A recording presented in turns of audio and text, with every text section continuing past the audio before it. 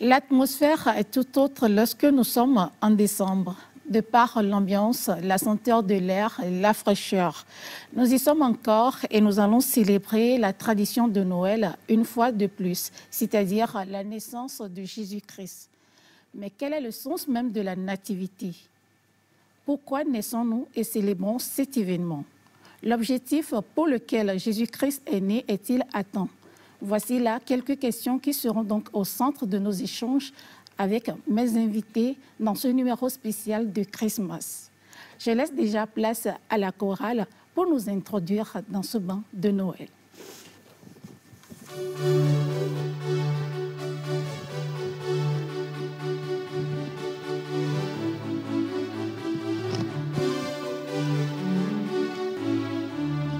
Joy to the Lord, the soul is come. Let's praise the King, the King.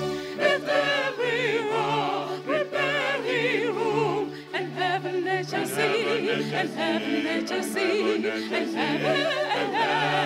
let you see, and heaven let you see, and heaven let you see, and heaven let you see.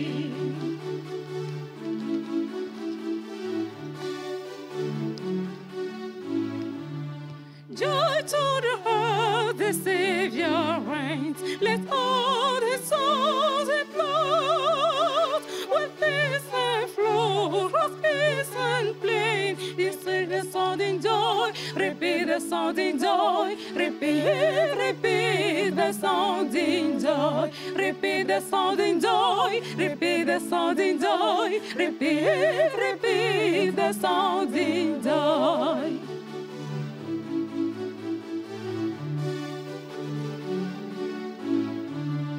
Joy to the Lord is come. Let every see the King.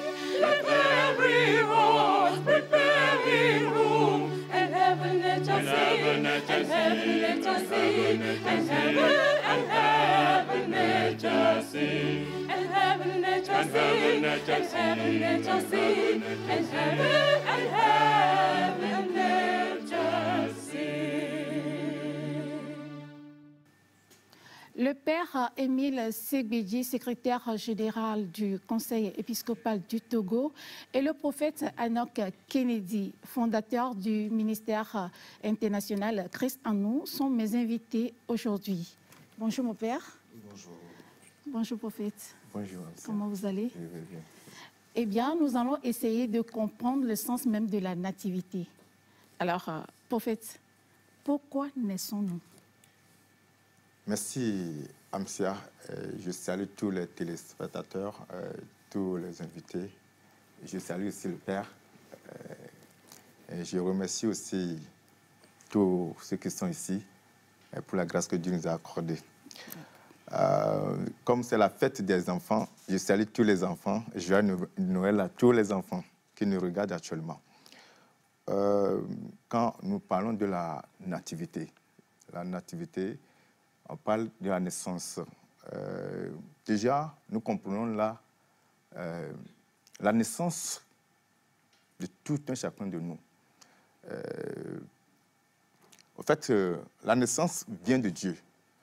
Quand nous lisons dans le livre de Genèse 1, verset 25, Dieu a déjà créé l'homme. Il a créé Adam. Donc, Dieu a souhaité que nous naissions. Par ici, quand nous regardons notre Seigneur Jésus-Christ, cette naissance aussi a été proclamée et c'est pour cette raison que nous sommes ici actuellement. Donc, je dirais la naissance vient de Dieu. Merci. Mon père, je vais vous poser la question. Pourquoi l'homme naît-il? Oui, merci pour d'abord l'invitation. Donc, je salue tous, tous les téléspectateurs, et merci pour cette opportunité où nous préparons Noël, la célébration de la nativité de Jésus-Christ. Alors, pourquoi est-ce que nous naissons? Ça, souvent, en philosophie, on dit le pourquoi des choses est réservé à l'autre. C'est dans un mystère quand on dit pourquoi nous naissons.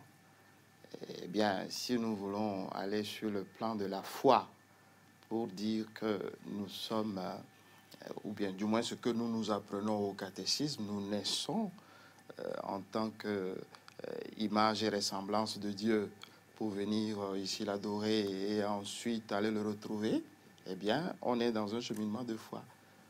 Mais nous naissons pour un but précis, pour celui qui nous a créés.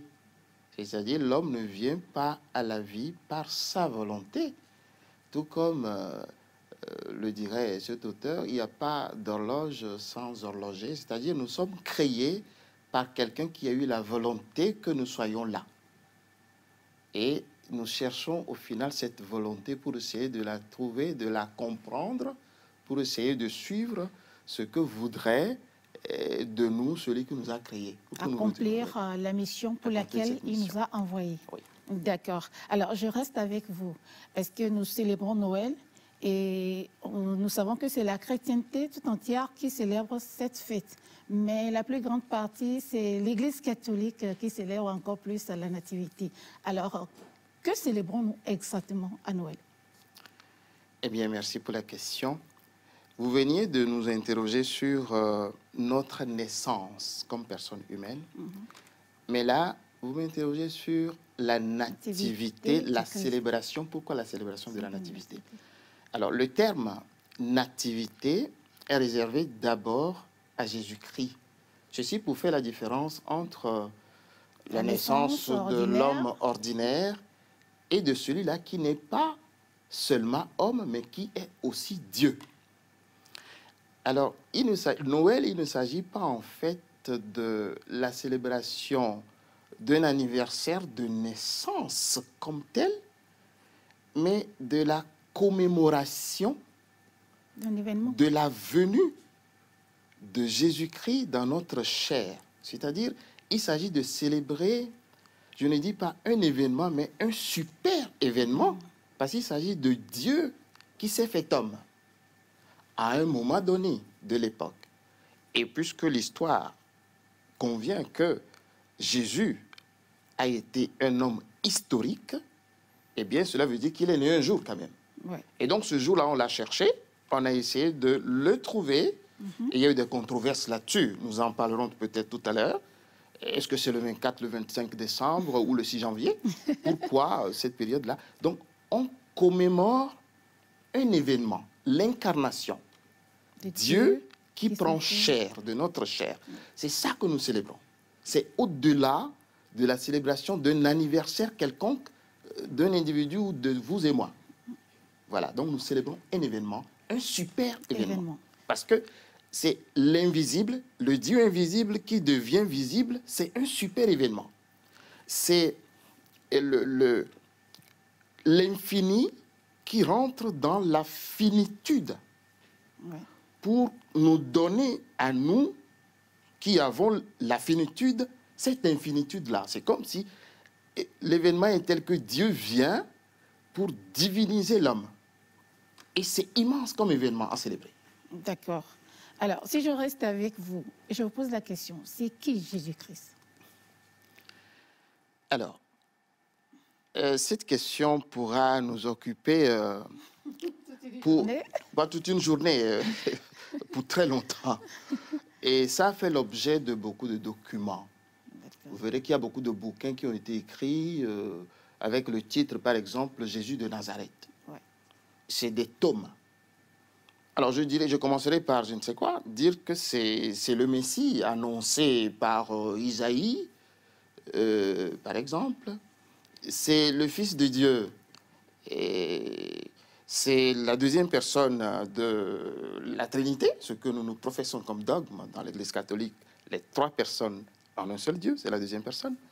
C'est celui que Jean-Baptiste a désigné comme l'agneau de Dieu. C'est le Fils de Marie, c'est le Fils de Joseph, c'est le Rédempteur, c'est le Sauveur, c'est la porte des brebis, c'est la lumière, je suis la vérité, la vie, je suis la résurrection. Jésus a toute cette condensée de de qualificatifs des qualificatifs qui sont tels que nous ne pourrons pas épuiser sa personne parce qu'il est, je le répète, Dieu et homme. D'accord. Alors, prophète, que comprendre de la naissance de Jésus-Christ? Jésus est un signe pour nous qui sommes des chrétiens. Je crois bien, Jésus, à sa venue dans ce monde, nous avons vu que les mages se sont déplacés pour aller voir ce roi qui est né. Et ils l'ont adoré. Ce n'est pas pour tout le monde, parce que ce n'est pas tout le monde qui naît et un roi va se déplacer pour aller le voir. Donc Jésus est un signe de Dieu sur terre. C'est la représentation de Dieu sur terre. C'est ce que moi je dis souvent. Et Dieu s'est fait chair et habité parmi nous. Et par ce Jésus qui est devenu le Christ, parce que le Christ, ça veut dire l'illuminé. Je vais arriver à ce point tout à l'heure. D'accord. Donc, Jésus est un signe de Dieu parmi nous les humains. Et nous pouvons comprendre par là que sans Jésus, on ne peut pas comprendre Dieu, on ne peut pas connaître Dieu, on ne peut pas savoir, cerner le sens de Dieu. Comme il dit, je suis le chemin, la vérité et la vie. Pas seulement, lui... non, pas seulement ça, mais Dieu s'est manifesté en Jésus-Christ par certaines choses que l'homme ne peut pas comprendre.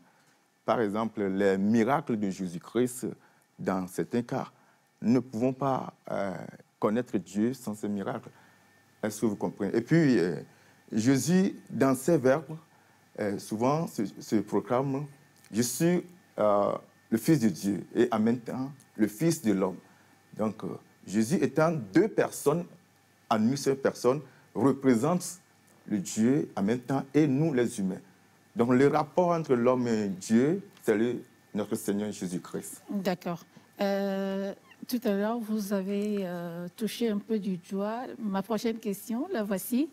Qui est Jésus? Je l'ai posé au Père tout à l'heure. Mais que signifie Jésus, le nom Jésus? Oui, au fait, Jésus... c'est une grande question parce que ça a donné beaucoup de controverses, comme vient de le dire le Père. Jésus est le Messie, le Fils de Dieu, celui qui a été envoyé pour nous racheter du péché d'Adam et Ève. Donc Jésus étant le second Adam que Dieu a sacrifié pour nous sauver de la mort. D'accord.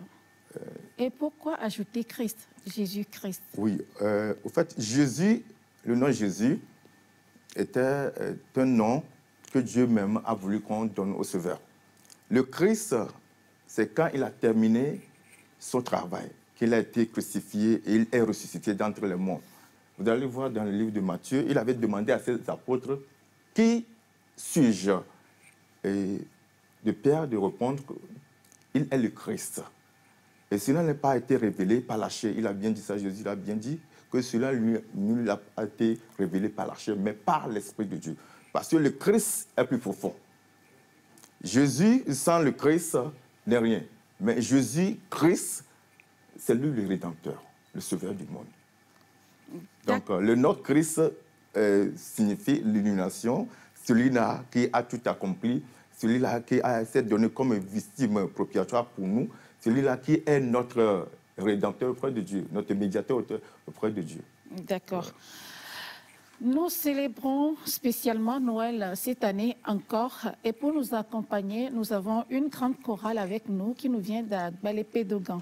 Nous allons donc lui laisser place afin de souffler un peu à travers cette cantique chantée.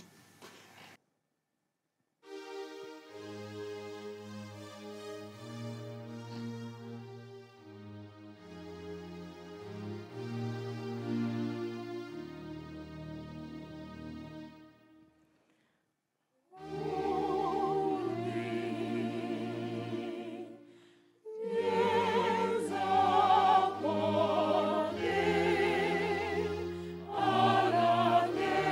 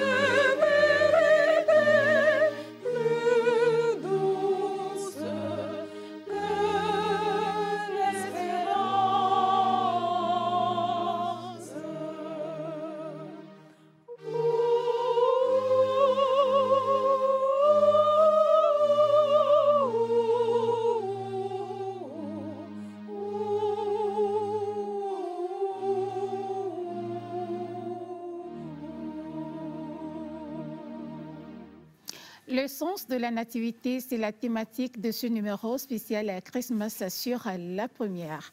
Alors, mon père, l'objectif pour lequel Jésus-Christ est né, selon vous, est-il atteint? Eh bien, d'abord, pour nous dire quel est l'objectif pour lequel Jésus est né? L'objectif, c'est le salut de l'humanité. Et ce salut ou la rédemption de l'humanité a commencé déjà à l'incarnation. Au moment où Dieu le Père, dans ce qu'on appelle l'économie du salut, a parlé à son peuple à travers les prophètes, à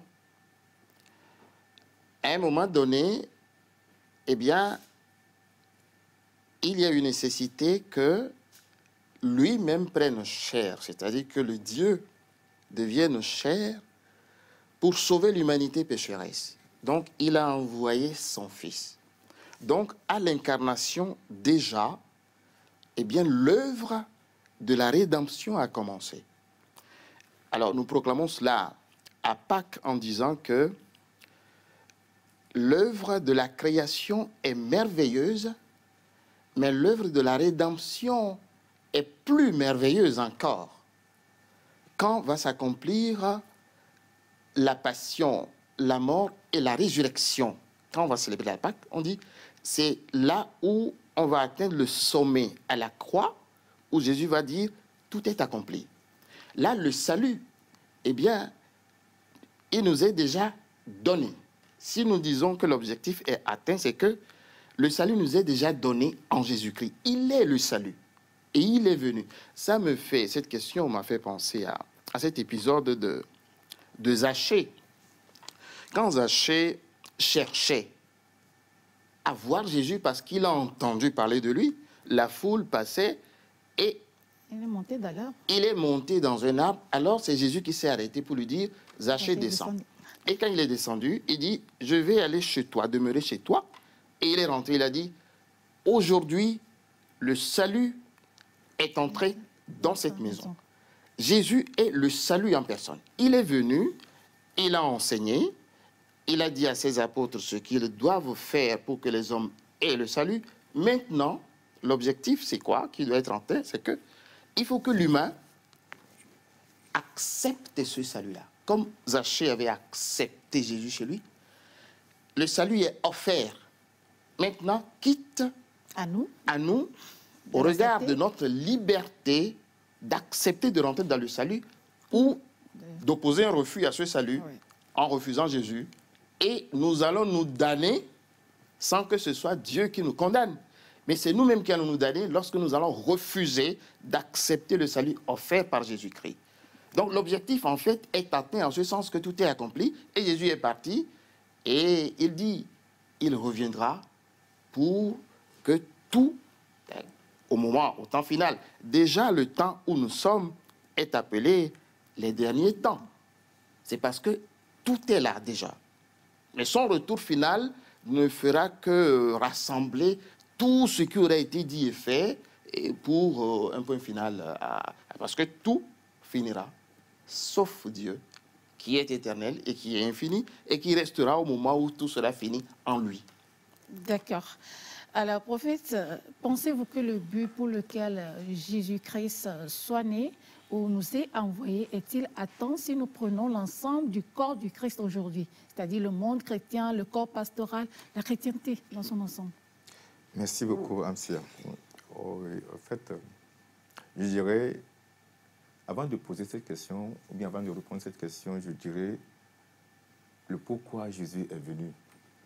En fait, quand nous parlons de Jésus, beaucoup de gens appellent ce nom sans comprendre même ce qui il est et celui qu'il est. Et ce qui il est, est-ce un humain comme nous? C'est juste une volonté humaine. Et pourquoi il est là? C'est de ça que nous avons parlé tout à l'heure. Mais au fait, le principal but de la venue de Jésus-Christ, c'est-à-dire du Dieu incarné en humain, était annoncé depuis le livre de Genèse 3, verset 15, où Satan s'est acharné contre l'humain, l'a détourné de la voie de Dieu. Et là, Dieu a prédestiné sa venue dans ce livre, sachant très bien que son objectif de créer un jardin d'Éden sur cette terre a été fouché, bien foulé aux pieds par le diable. Alors, il faut venir réparer cela. Mais qui doit venir? Il faut quelqu'un qui n'a pas la chair, qui n'a pas le sang humain, quelqu'un qui vient de très loin, qui est très saint, qui n'a pas de péché. Et Dieu est obligé, quand tu vois dans le livre des Hébreux, il a dit, qui enverrai-je? Qui viendra sauver le monde? Tout le monde s'est tué. Il a dit vraiment, c'est moi-même. C'est-à-dire, il a dit, il n'y a personne. Il n'y a personne. Donc, c'est lui-même qui est obligé de venir pour faire ce qu'il faut, pour atteindre son but. Et nous avons vu que la venue de ce Jésus, de ce Dieu incarné en humain, quand il est venu sur cette terre, il a fait d'une manière que le plan du diable soit échoué.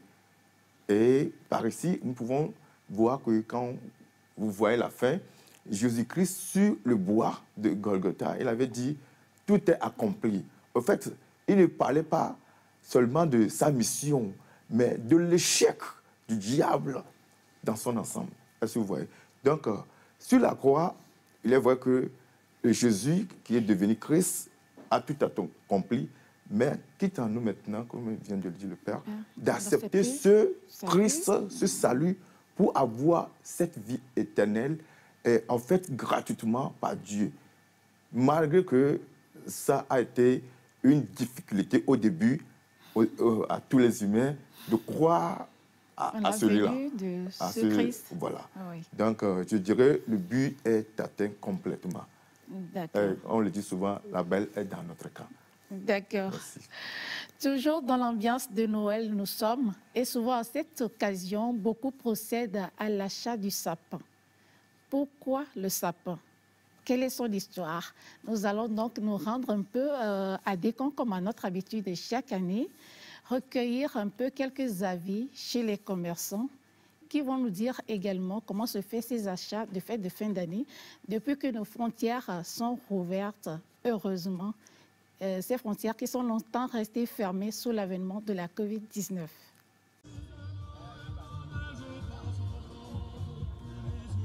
Un tour dans les grandes boutiques à Décon pour en savoir un peu plus sur l'histoire du sapin. Le sapin, pour nous, conventionnellement, c'est devenu quelque chose qui annonce les fêtes de fin d'année.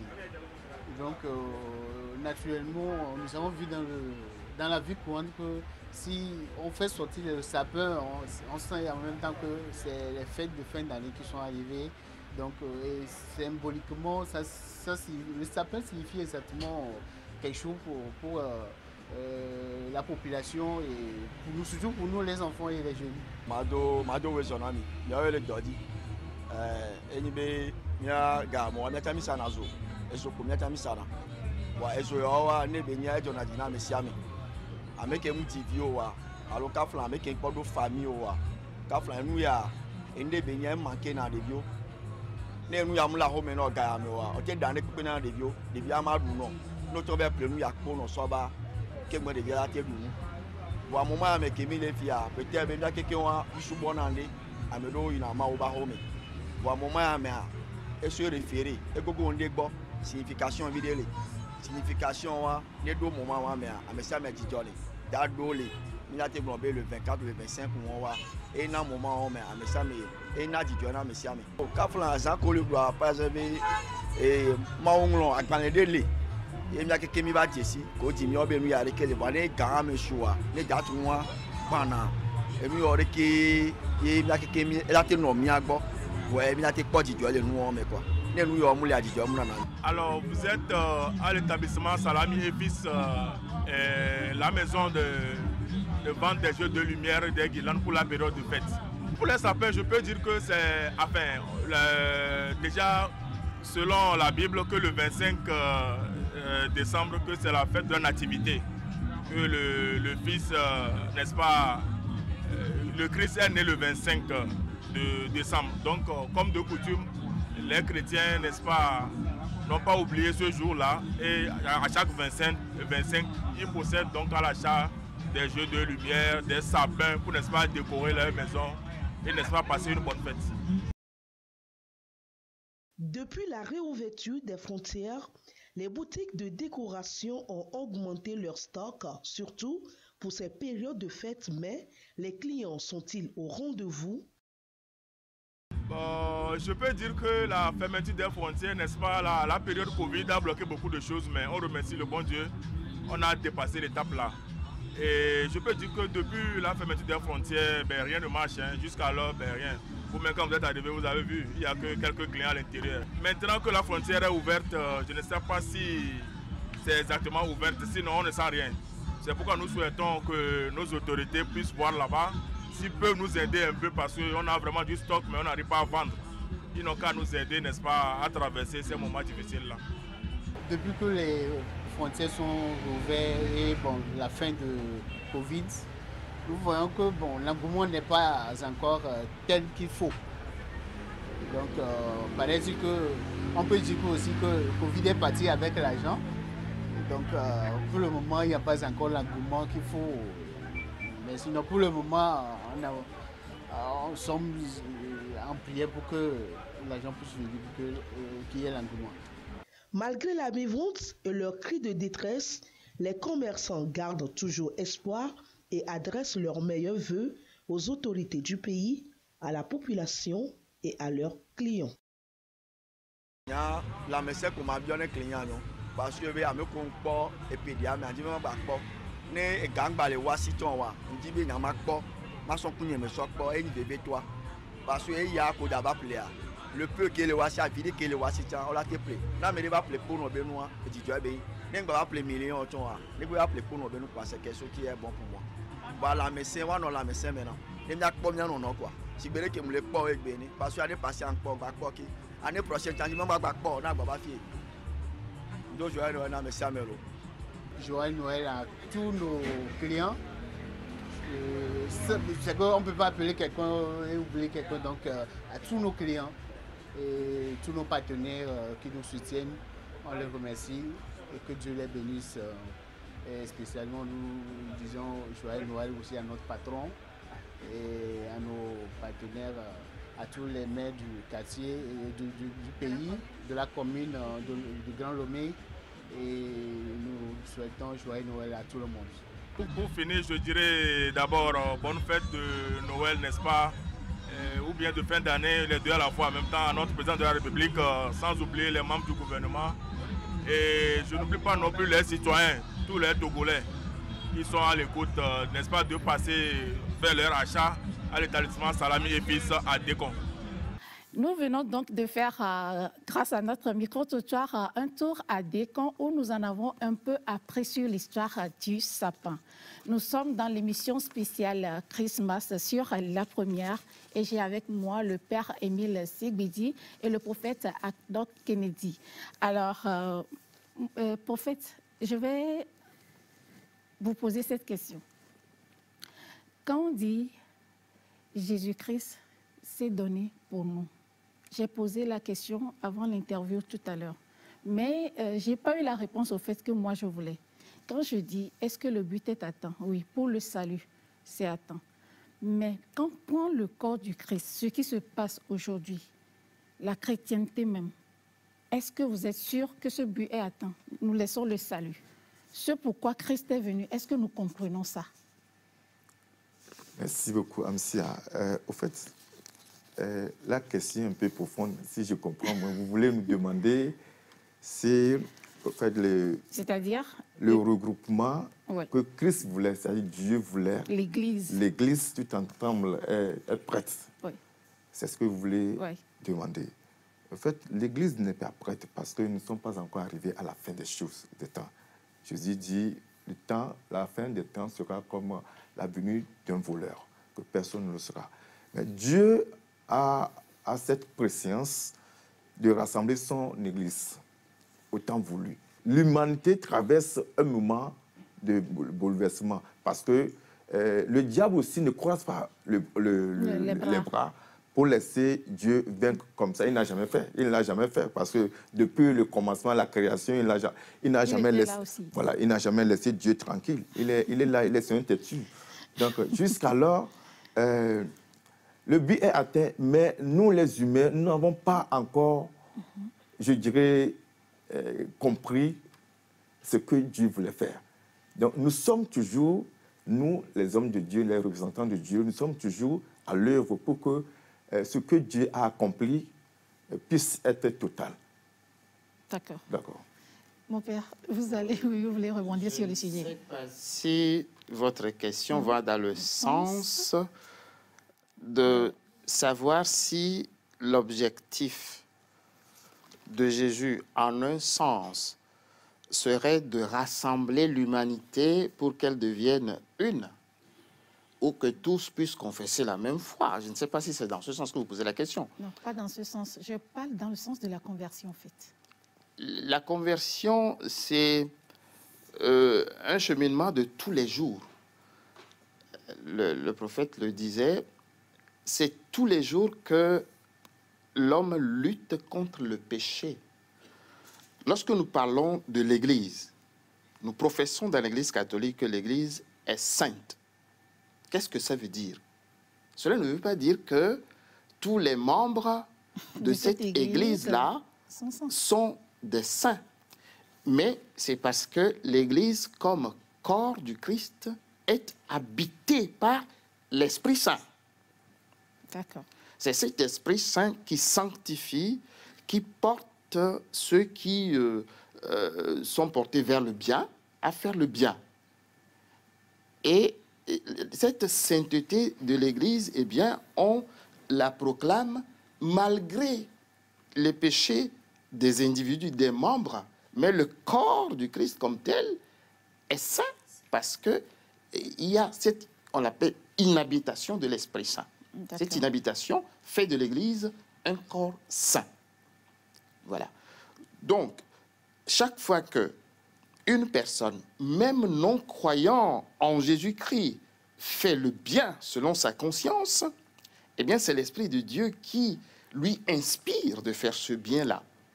Donc, Dieu agit comme ça aussi, hein, en douceur, pour inspirer ceux qui sont, l'Église disait, ceux qui sont en dehors de l'Église, même ceux-là. Vous voyez aujourd'hui, il y a le prophète qui est là. Moi, je suis prêtre de l'Église catholique. Il n'est pas dit que l'Église catholique soit le propriétaire de l'Esprit Saint. Non. Donc, l'Esprit peut inspirer d'autres personnes aussi en dehors de l'Église et qui vont faire le bien. Jésus l'avait dit lorsque les apôtres ont dit « Ah, nous avons appris qu'il y a certains qui chassaient des démons quelque part en ton nom. Nous allons le leur interdire. » Non, ne le faites pas. S'ils sont pour nous, ils ne peuvent pas en même temps être contre nous. Ça veut dire quoi? L'Esprit, quelqu'un m'a posé la question un peu plus tard qu'hier, en demandant est-ce que le contraire de l'Esprit Saint, c'est l'Esprit mauvais? Je lui dis, il n'y a pas... Oui, il n'y a pas de... Contraire de l'Esprit Saint. Non, il n'y a pas de milieu. C'est le bien ou le mal. Si entre-temps on dit il y a quelque chose de moins bien, toujours est-il que c'est du bien, mais moins. Ce n'est pas du mal. Ce n'est pas total. Voilà. Mais le mal s'oppose au bien. C'est clair. Lorsque quelqu'un est inspiré pour faire le mal, eh bien, c'est le diable qui l'a inspiré.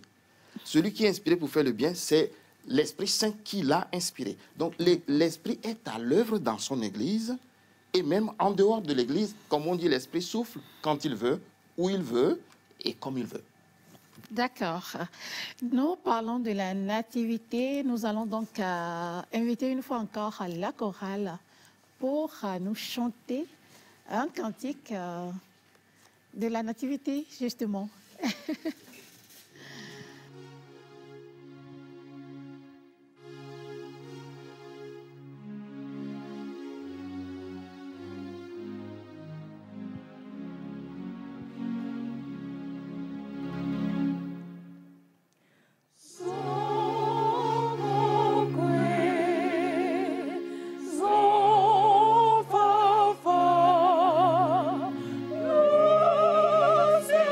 Luciano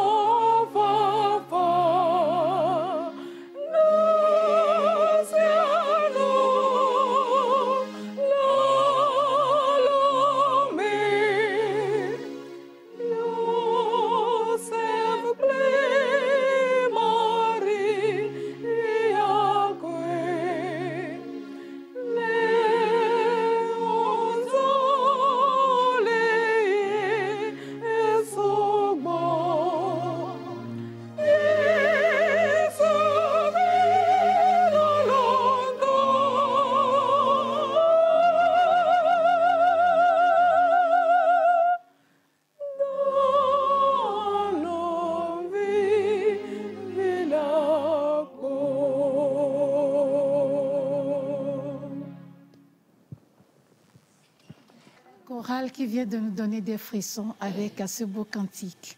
Alors nous parlons de nativité, nous parlons de naissance. Prophète, est-il nécessaire de célébrer son jour de naissance? Merci Amtia, merci beaucoup pour cette question. Je veux en même temps profiter de l'occasion pour nous informer. Je vais nous informer du jour de la naissance de Jésus-Christ. Enfin, vous le connaissez? Vous connaissez cette date? Oui. En fait, le 24, le 25 décembre, nous célébrons cela. Voilà. De Mais tradition. les traditions, nous pourrons en parler largement. Il finit et on va en parler. D'accord. Oui, c'est une date C'est quand? du soleil. Oui, c'est le 25 décembre. Bon, le 25 décembre était une fête traditionnelle païenne. Païenne. Oui, que célébraient les Romains en ce temps. Ça a été récupéré selon les enquêtes ou bien selon les recherches en l'an 336 pour donner honneur à notre Sauveur, le Seigneur Jésus-Christ. D'accord, le Père va nous donner sa version également tout à l'heure. Donc, ce qui veut dire que la célébration au fait de la naissance ne vient pas de nous, je le dis. Ça vient de la naissance de Jésus-Christ. Je viens de le dire, vous avez remarqué que quand le Christ est né, il y a eu trois mages, trois rois qui sont venus déplacés pour célébrer sa naissance et en apportant des cadeaux. Donc cela datait depuis la naissance de Jésus-Christ. Donc aujourd'hui, si nous célébrons ceci, c'est pour commémorer cet événement, super événement. Voilà. Maintenant, en tant qu'être humain, nous-mêmes, chaque année, vous apprenez que quelqu'un organise une fête, c'est ma naissance, c'est mon anniversaire. Alors, je demande, est-ce que c'est nécessaire pour nous, hommes grand âge, de célébrer la naissance? Oui, je dirais. Si oui, pourquoi?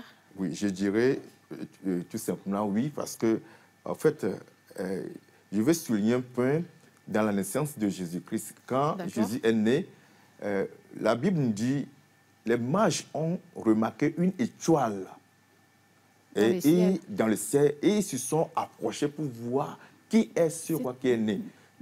Et en même temps, je fais un rapprochement dans ce que Dieu avait dit, a promis à Moïse, de regarder le ciel, voir les étoiles. Il est vrai qu'on ne peut pas, ce n'est pas de de remarquer les étoiles qu'il ferait de lui le père d'une multitude. Et donc, ce qui veut dire que si nous prenons cet exemple, quelqu'un qui naît, on dirait une étoile qui est née. Alors, c'est une fête, c'est une grande fête À célébrer. à célébrer quand une personne naît. D'accord. Et je ne vois pas le mal dedans en célébrant nos jours de naissance. D'accord. Mon père, est-ce que vous connaissez la date de naissance de Jésus?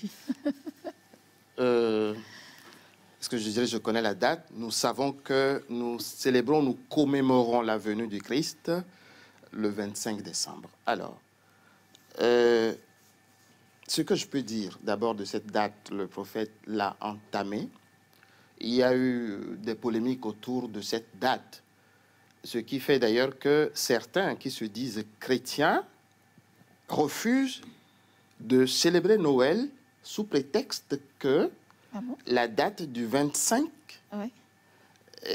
a été une date où on célébrait ce qu'on appelle les Saturnales. Ça s'appelait les Saturnales. C'est des célébrations qui s'étendaient du 17 décembre au 25 décembre, où il y a l'apothéose, en l'honneur du dieu Saturne. Et on célébrait aussi le soleil. Pourquoi? Ça coïncidait avec quoi? Avec le solstice d'hiver. Le solstice d'hiver, c'est quoi? C'est le soleil qui est au centre de cette célébration. Pourquoi?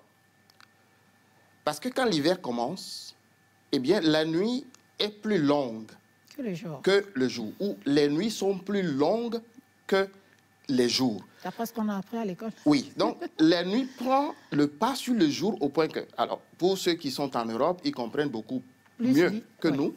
Parce que en hiver, quand on est presque au top, déjà à 16 heures, la nuit commence par tomber. De 16 heures jusqu'à 6 heures du matin, il n'est pas encore jour. Ça suppose quoi? À peu près 14 heures de ténèbres sur 24. Il ne reste à peu près que 10 heures de jour. Alors, à l'époque, quand ça a commencé, ou quand ça se faisait, des gens se demandaient, mais est-ce que la nuit ne finira pas par l'emporter sur le jour? Si ça continuait comme ça, et ça reste peut-être 5 heures, 4 heures et 1 heure, il arrivera un moment où il n'y aura que la nuit, les ténèbres totalement. Et le froid montait en ce moment. Mais on se rend compte que au solstice d'hiver, qui est fixé par les scientifiques au 21 décembre, au solstice d'hiver, eh bien, en une fraction de seconde, eh bien, la tendance est renversée. La lumière commence par prendre le pas sur la nuit. Donc, le soleil devient comme vainqueur en ce moment-là. Et donc, il faut célébrer cet événement, cette lumière, ce soleil qui prend le pas sur les ténèbres. Et on célébrait ça. Et cela est légitime au regard du ressenti. Qu'on se disait, mais les ténèbres vont prendre le pas sur la lumière. Mais alors, les Saturnales se célébraient à cette époque-là. Mais les recherches scientifiques et historiques ont donné aussi de savoir que la nativité, Jésus serait né entre le 24 décembre et le 6 janvier. Vous verrez d'ailleurs que les orthodoxes et les arméniens, ils fêtent la nativité le 6 janvier. Ce qui coïncide avec la date de l'épiphanie, la révélation de Jésus-Christ au monde entier. Mais pourquoi cette époque-là? Et à cette époque, on se dit, mais s'il est né entre ces dates-là, déjà, je crois que c'était l'empereur Jules César, 46 avant Jésus-Christ, avait fixé le solstice d'hiver sur le 25 décembre au lieu du 21.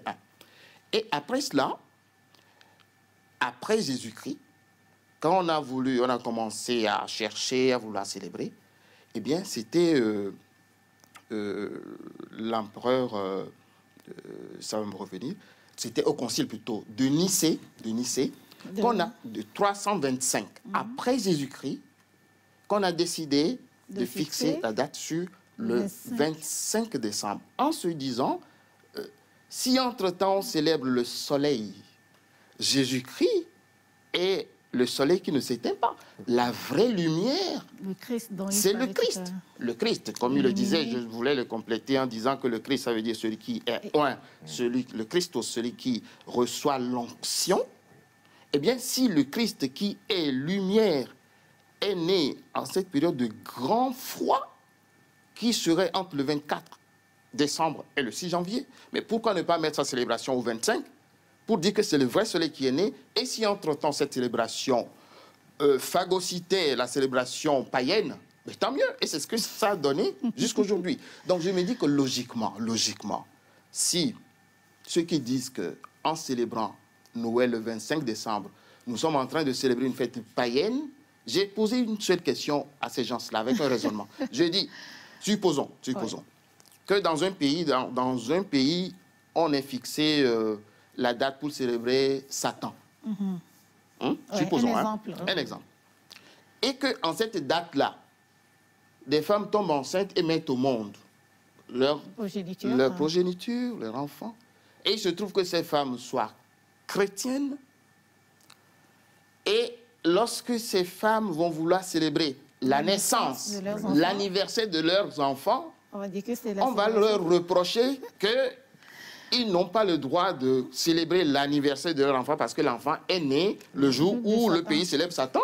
C'est d'une absurdité. Donc, ceux qui ont cet argument-là en disant que le 25 décembre, parce que ça se répand maintenant et beaucoup suivent. Sans suivre la logique, ça se répand. Donc, ça il y a fait des que églises. La célébration est de moins en moins. Oui, il y a des églises qui ne célèbrent pas Noël. Et qui font la propagande pour faire comprendre aux uns aux autres que, voilà, parce qu'ils pensent avoir fait la recherche et tout, alors que l'église, si je prends l'église catholique a déjà cette documentation depuis toujours, sachant qu'il y avait la célébration des Saturnales en cette période-là, et que le solstice d'hiver était fixé au 21, on l'a mis au 25, et au concile de Nicée, en 325, on l'a fixé en décembre, le 25. Du coup, quand on fait le tour, voilà à peu près le contexte dans lequel la célébration de Noël se fait. Et nous le faisons avec joie, parce que Jésus-Christ est la vraie lumière. Il est plus que le soleil. Il est plus que le soleil. Et ceux qui célébraient le soleil à l'époque, on ne peut pas dire qu'ils s'opposent au christianisme. C'est-à-dire, ils étaient à peu près dans la recherche, ce que j'ai appelé toujours l'économie du salut. Cette recherche-là, Dieu a permis pédagogiquement à l'homme de traverser certaines étapes jusqu'à ce que Jésus vienne comme la révélation pour donner toute la lumière de la connaissance de Dieu aux humains, pour qu'ils rentrent dedans. Donc voilà à peu près ce que je peux dire. Le nom Noël, ça aussi, je profite pour le dire. Les gens vont dire, mais qu'est-ce que ça veut dire Noël? Noël. Bon, ça c'est français, n'est-ce pas? Le français. Alors, ça viendrait de deux mots gaulois. Noioio, qui veut dire nouveau, et elle, qui veut dire soleil. Donc, noioio, nouveau soleil. Donc, tout tourne autour du soleil. Nouveau soleil, c'est-à-dire le soleil qui commence à prendre le pas sur. Et c'est pour ça que à Noël, à la veille de Noël, dans l'église catholique, lorsque nous célébrons, nous avons ce passage d'Isaïe qui dit « Le peuple qui marchait dans les ténèbres a vu une grande lumière. » C'est ça. C'est cette lumière qui est venue à nous, c'est Jésus-Christ. D'accord. Merci beaucoup pour nous avoir éclairé sur ce sujet assez conflictuel. Puisque, comme vous l'avez dit tout à l'heure, ce n'est pas toutes les confessions chrétiennes qui célèbrent Noël. Pourtant, c'est une fête chrétienne. Et ils ne sont pas chrétiens. Celui qui ne célèbre pas Noël, celui qui dit que Jésus, il n'y a pas de date, personne n'était là pour chronométrer. On n'a pas dit qu'il est né le 25 décembre à 0 heure ou 0 minute. On n'a pas dit ça. Si c'est la période, on a fixé. Si quelqu'un ne connaît pas la date de naissance de son arrière-arrière-grand-père et qu'il décide de fixer ça pour célébrer ça à un moment donné pour que la famille se réjouisse, on ne va pas l'accuser pour ça. D'autant plus que l'arrière-grand-père a existé comme personne humaine, ça suppose qu'il est né un jour. D'accord. Et voilà. Oui. Vous voulez ajouter quelque chose? Je voulais ajouter quelque chose. Rapidement. Oui, en fait, c'est une confusion qui se répand dans toutes les églises actuellement. Je dirais que c'est une mauvaise confusion et c'est être dans l'erreur. Parce que, en fait, si on ne pouvait pas comprendre que personne ne peut donner avec exactitude la date de naissance de Jésus-Christ, alors si on ne pouvait pas laisser cet argument en disant que non, c'est une fête païenne ou bien une fête diabolique, Mais comment se fait qu'on peut comprendre le second Adam, qui est Jésus-Christ, qui a remplacé le premier Adam pécheur, qui est notre arrière-grand-père Adam? Comment pouvons accepter ce second Jésus qui a remplacé l'autre? Si on ne pouvait pas remplacer le bon, le soleil, la lumière, la vraie lumière de Dieu, par les ténèbres du 25. Est-ce que vous comprenez? On pouvait facilement comprendre que Jésus-Christ étant la lumière venue, on peut le remplacer, si même le 25 décembre était une fête païenne, célébrant les ténèbres, on pouvait remplacer la lumière du monde par cette date et effacer l'ancienne, comme on a reçu Jésus étant le second Adam, effaçant le premier Adam. Est-ce que vous comprenez? Donc, l'argumentation disant que le 25 décembre c'est une fête païenne, c'est une grave erreur, toujours c'est des arguments pour bloquer les gens psychologiquement et les détourner de la voie de Dieu. D'accord. Je vais rester avec vous, prophètes. Nous célébrons la nativité et nous avons essayé de comprendre donc la nativité du Christ, la naissance de l'homme au grand âge et le but pour lequel Jésus est né. Est-ce que ce but est atteint? Et nous arrivons pratiquement vers la fin de l'émission. Mais comme on dit souvent, c'est sur l'ancienne corde on tisse la nouvelle. Qui parle de Noël parle bientôt de la nouvelle année. Et ça se succède, ces deux fêtes. Alors, pour finir l'année, que doit-on faire en tant que chrétien ou en tant qu'être humain pour finir l'année en beauté afin de préparer la nouvelle et mieux l'accueillir? Je sais qu'en fin d'année, vous avez souvent des messages à l'endroit des téléspectateurs, à l'endroit des chrétiens. Alors, pour cette année, qu'avez-vous à nous dire? Oui, merci, Amsia.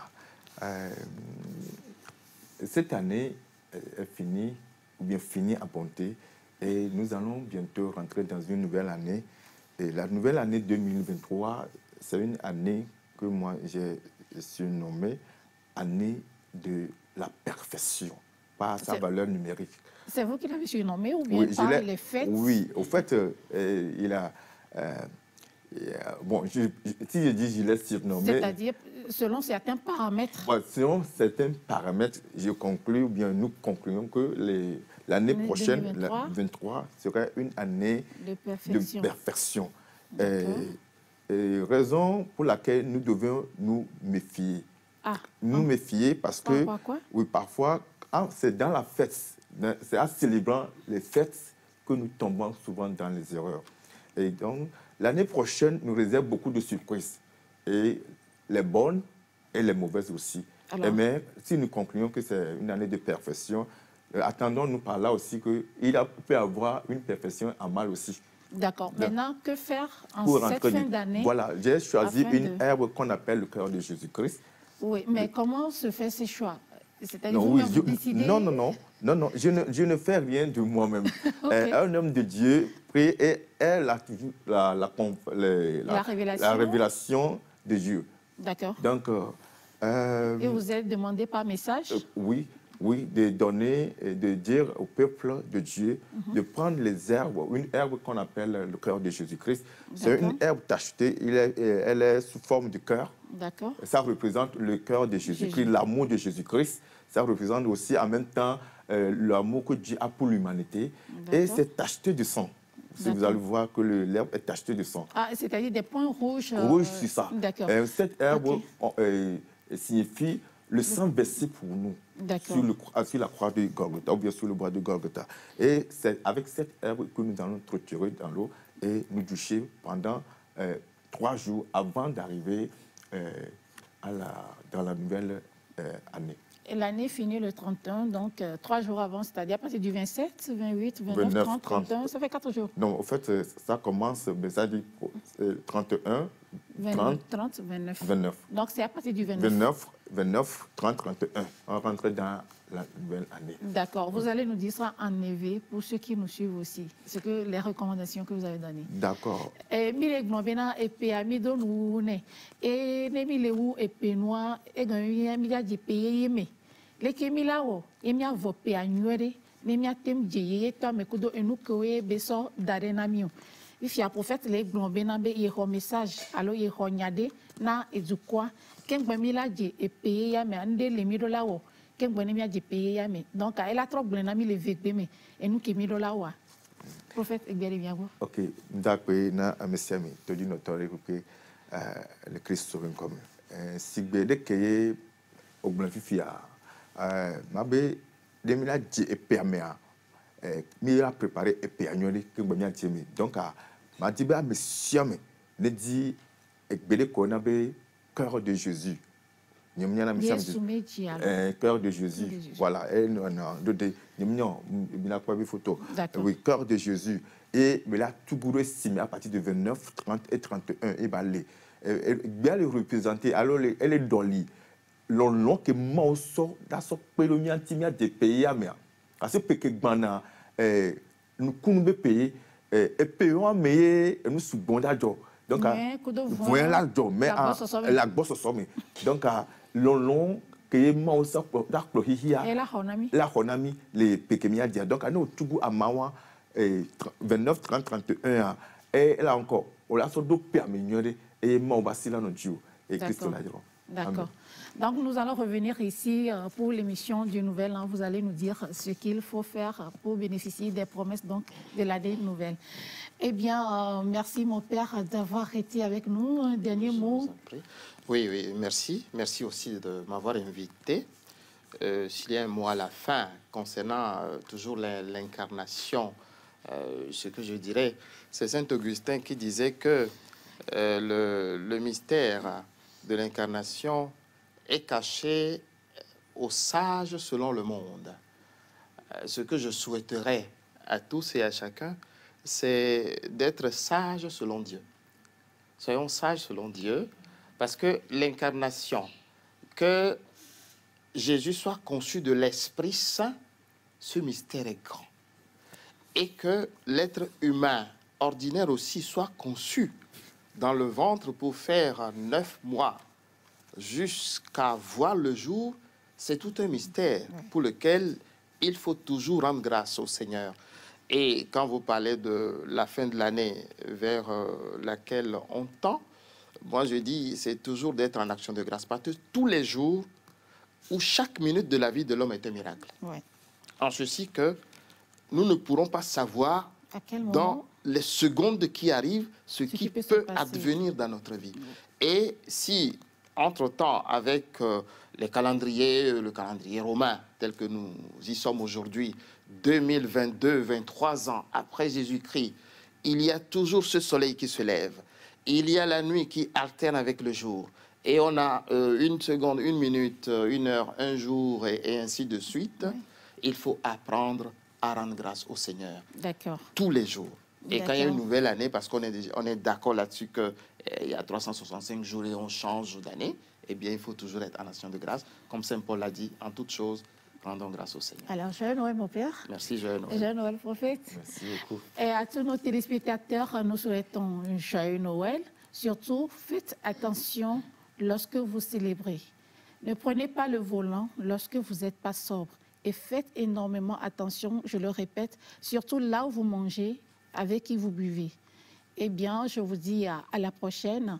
Bonne célébration chez vous. Nous allons donc clore en beauté avec la chorale Cœur des Anges qui nous vient d'Agbalépé Dogan, qui nous a accompagnés tout au long de cette émission.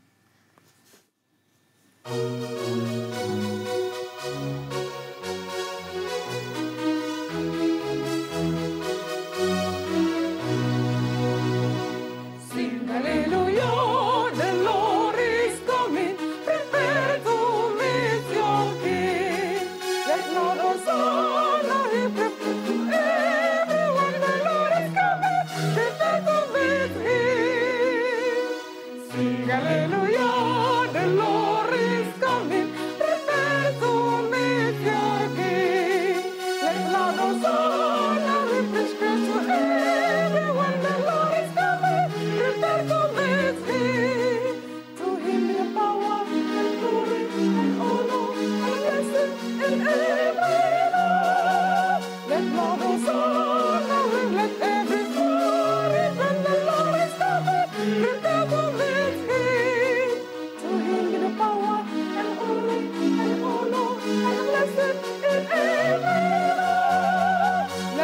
Lord son, our restless soul, repent, the Lord is coming, prepare to meet him.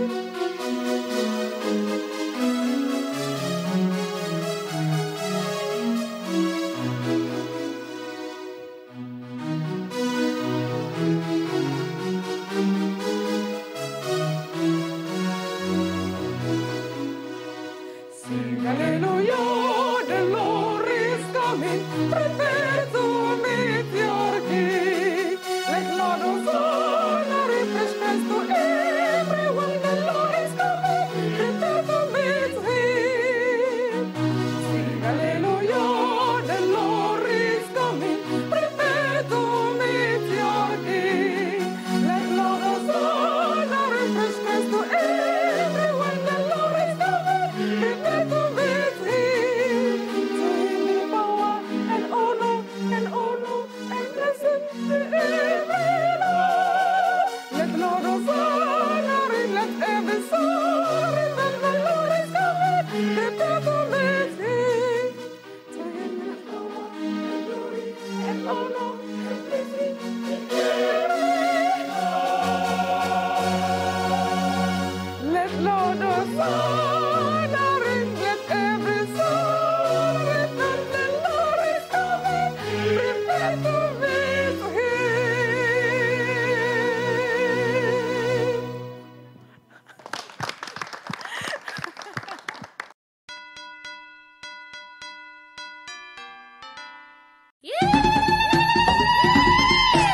Passez une merveilleuse